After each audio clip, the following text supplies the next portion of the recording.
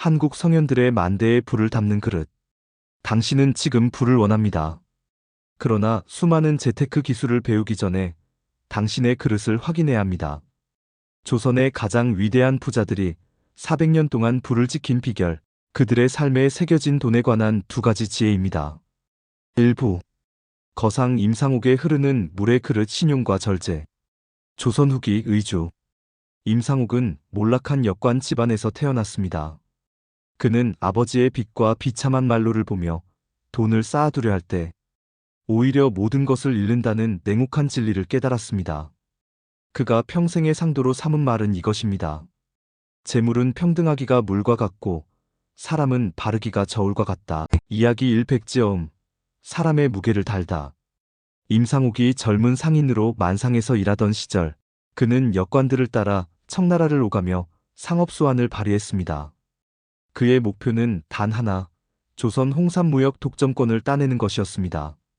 당시 권력을 좌지우지하던 이조판서 박종경 대감을 만나는 일은 하늘의 별 따기였습니다. 마침내 박종경 대감과의 대좌. 방 안에는 팽팽한 긴장감이 감돌았습니다. 네가 원하는 것이 홍삼 교역권이겠지. 그래, 네가 감당할 재물이 얼마나 되느냐? 거부라 일컬어지는 상단의 수장들도 쉽게 얻지 못하는 권리다. 대감, 소인에게는 지금 당장 내놓을 만한 막대한 재물은 없습니다. 그러나 소인은 재물보다 귀한 것을 드릴 수 있습니다. 귀한 것이라? 그것이 무엇이냐? 임상옥은 품속에서 백제어음 한 장을 꺼내 박종경 앞에 공손히 내밀었습니다. 소인은 재물 대신 심가를 바칩니다. 이것은 백제어음이옵니다. 대감께서 원하시는 금액을 적으십시오. 이 어음은 소인의 재산으로 감당할 수 없을지라도 소인은 대감의 마음을 얻고자 합니다. 박종경은 잠시 말을 잊었습니다. 당대 최고 권력자의 눈빛도 미세하게 흔들렸습니다. 돈으로 접근하는 수많은 이들을 보았지만 이 젊은 상인은 재물을 마음의 종속물로 취급했습니다. 허허, 대담하구나. 만일 네가 이 약속을 지키지 못하면 어찌 되겠느냐? 이 금액이 나라를 뒤흔들 정도의 액수라면? 소인은 재물을 잃을지언정 대감께 신용을 잃으면 상인으로서의 생명 자체를 잃습니다. 재물은 다시 벌면 되지만 사람의 마음과 신뢰는 한 번 잃으면 영원히 회복할 수 없습니다. 이 어음은 대감의 마음을 사는 소인의 상인으로서의 생명 전부입니다. 돈이 아니라 사람이야말로 장사의 궁극적인 이윤이라 믿습니다. 박종경은 한참 동안 백제어음을 응시했습니다. 이 젊은 상인이 제시한 것은 뇌물이 아니라 신용이라는 무형의 자본이었습니다. 결국 박종경은 어음에 아무것도 적지 않고 임상옥에게 돌려주었습니다. 가거라. 너의 상도는 재물보다 귀하다. 이 권리를 너에게 맡기겠다. 허나 이 백지를 받은 날의 초심을 잊지 마라. 임상옥은 이 일로 독점권을 얻었을 뿐 아니라 평생 그를 지켜줄 무형의 신용이라는 보호막을 얻게 되었습니다. 그는 사람의 마음을 얻는 것이 가장 큰 부라는 깨달음을 평생 잊지 않았습니다. 이야기 이 욕심을 태우다. 베이징 홍삼 방화 사건. 임상옥이 최고의 거상으로 이름을 날리던 1821년 청나라 베이징에 대량의 홍삼을 들고 갔을 때였습니다. 청나라 상인들은 조선 홍삼의 가격을 깎아내리려 조직적으로 불매 동맹을 맺었습니다. 청나라 상인 대표 조선 상인들, 소문을 들었소. 당신들이 가져온 홍삼은 품질은 좋으나 너무 비싸오. 가격을 절반으로 낮추지 않으면 한 뿌리도 사지 않을 것이오. 모두가 담합했으니 당신들은 곧 파산할 것이오. 다른 조선 상인들은 얼굴이 창백해져 헐값에라도 물건을 팔기 시작했습니다. 그들의 공포와 탐욕이 시장을 지배했습니다. 임상옥 대행수, 어찌해야 합니까? 저들이 연합했는데 우리 혼자 버틸 수 없습니다. 원가라도 건져야 하지 않겠습니까? 무슨 소리요? 장사는 이윤이 아니라 사람입니다. 우리는 그들의 욕심에 넘어갈 수 없소. 내가 모두 사겠소. 임상옥은 자신의 전 재산을 털어 다른 조선 상인들이 공포에 질려 포기한 홍삼까지 몽땅 사들였습니다. 그리고 그 거대한 홍삼 더미를 베이징 시가지 한복판, 청나라 상인들이 가장 잘 보이는 곳에 쌓았습니다. 저자가 미쳤구먼. 저 많은 홍삼을 어디에 팔려고 저러는가? 결국 헐값에 우리에게 넘길 것이 아니겠소. 임상옥은 묵묵히 불을 피울 준비를 했습니다. 그리고 홍삼 더미 한 귀퉁이에 횃불을 가져갔습니다. 이 귀한 홍삼을 헐값에 팔아 상도일을 더럽히느니 차라리 태워서 연기라도 만들겠소. 당신들의 끝없는 탐욕 때문에 이 홍삼이 재가 되어 사라지는 것을 보시오. 재물은 물과 같아서 가두어 소유하려 하면 반드시 썩거나 소멸하는 법이오. 불길이 치솟자 청나라 상인들은 비명을 지르며 경악했습니다. 그들은 고위 관료들에게 납품해야 할 엄중한 약속이 있었고, 홍삼이 시장에서 완전히 사라진다는 것은 자신들의 신용과 지위를 동시에 잃는 일이었습니다. 청상인들은 임상옥에게 달려와 불을 끄려 했고 무릎을 꿇고 애원했습니다. 제발, 제발 팔아주시오. 우리가 담아불겠소. 원하는 가격을 말만 하시오. 늦었소. 당신들의 탐욕으로 이미 타버린 홍삼값까지 쳐서 원래 가격의 수십 배의 값을 치르시오. 이 값은 당신들의 탐욕에 대한 벌이오. 결국 임상옥은 불타는 홍삼을 통해 신용의 가치를 증명했고 막대한 이윤을 남겼습니다. 그는 돈을 태워서 더 큰 돈을 벌었다는 역설을 보여주었습니다. 이야기 3계영배, 넘침을 경계하는 술잔의 비밀. 임상옥이 평생 곁에 두고 마음을 다스렸던 술잔이 바로 계영배입니다. 계영배는 조선시대의 도공 우명옥이 만들었습니다. 이 술잔은 가운데 기둥이 뚫려 있어 술을 가득 채우려 하면 7알이 넘는 순간 밑으로 술이 모두 새어나가 버리는 신비한 구조였습니다.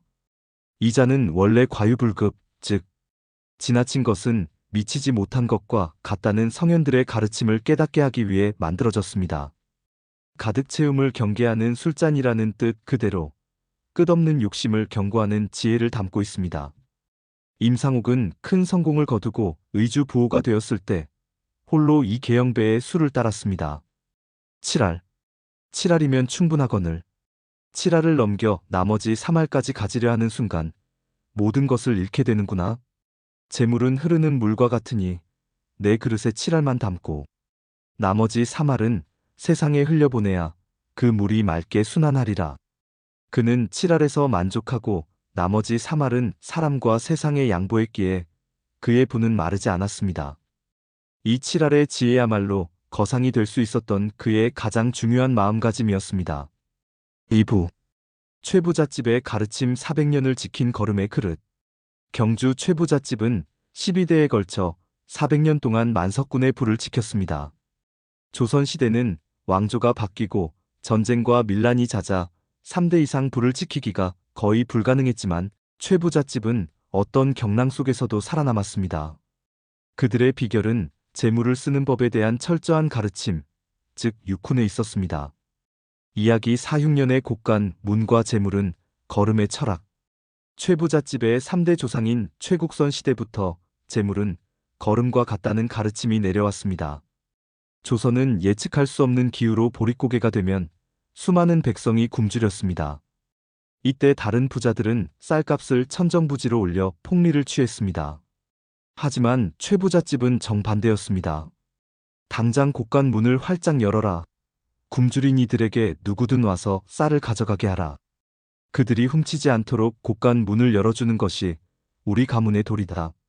하지만 나리, 지금 곡간의 쌀이 800석이나 되는데 이것을 다 퍼주면 올 한 해 우리 집안 살림이 위태롭지 않겠습니까? 다른 부잣집들은 쌀값을 올려 폭리를 취하고 있지 않습니까? 염려 마라. 재물을 나누면 세상이 이롭게 되지만 움켜쥐면 썩는 법이다. 돈이란 걸음과 같아서 흩뿌려야 땅이 비옥해지지 한 곳에 쌓아두면 썩은 흙만 된다. 이 쌀은 우리 집안의 불을 지키는 걸음이다. 곡간을 비워야 다시 채울 수 있다.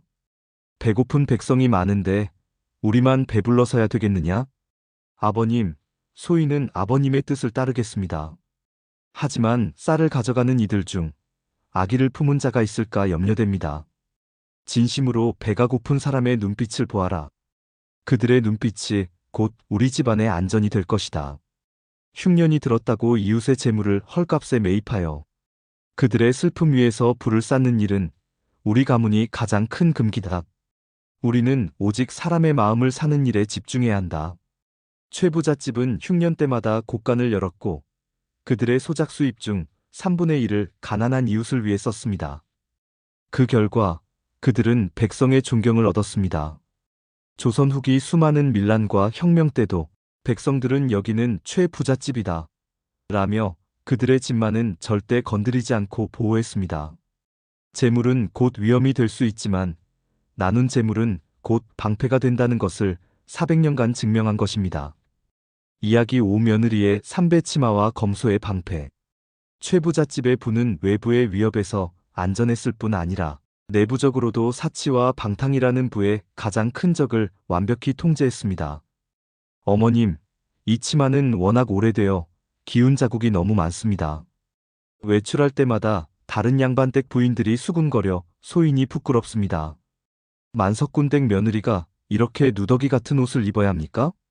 아가, 네가 입은 그 삼배 치마야말로 우리 가문의 정신적인 부적이다. 네가 남의 눈을 의식해 비단을 걸치는 순간 너의 마음속에 특권의식과 사치가 깃들기 시작할 것이다. 우리는 이웃에게 후덕해야 하지만 우리 자신에게는 가장 엄격해야 한다. 우리는 만석군이지만 흉년에는 이웃과 똑같이 쌀밥 대신 잡곡밥을 먹는다는 가훈을 잊었느냐? 집안에서 은수저조차 쓰지 못하게 하는 것은 우리가 다른 사람보다 특별하다는 오만을 버리기 위함이다.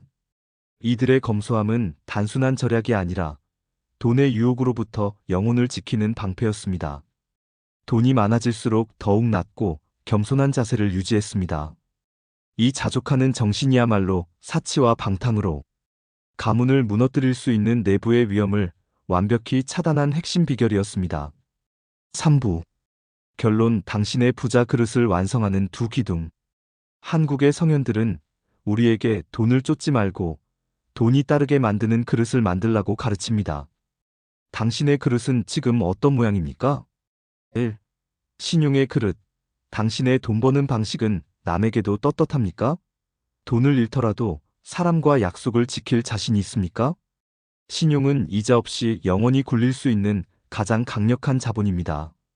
2. 순환의 그릇. 당신의 돈은 꽉 쥐어져 썩어가고 있습니까? 아니면 세상에 투자되어 흐르고 있습니까? 돈은 물과 같습니다. 흘려보내야 다시 돌아옵니다. 3. 검소의 그릇. 당신의 돈은 남에게 보이기 위한 사치에 쓰이고 있습니까? 아니면 당신의 성장과 삶의 본질에 쓰이고 있습니까? 자신에게 엄격할 때 돈은 당신을 섬기는 종이 됩니다. 4. 나눔의 그릇. 당신의 부는 당신의 안전과 평화를 지키는 방패가 되고 있습니까? 아니면 당신의 목숨을 위협하는 표적이 되고 있습니까? 나눔은 당신의 부를 영속시키는 가장 확실한 사회적 보험입니다. 이 두 성현의 지혜가 당신의 인생 이막을 지속 가능하고 존경받는 부자의 삶으로 이끌 것입니다. 구독과 좋아요, 알림 설정은 항상 감사드립니다. 좋은 이야기 앞으로도 많이 들려드릴게요.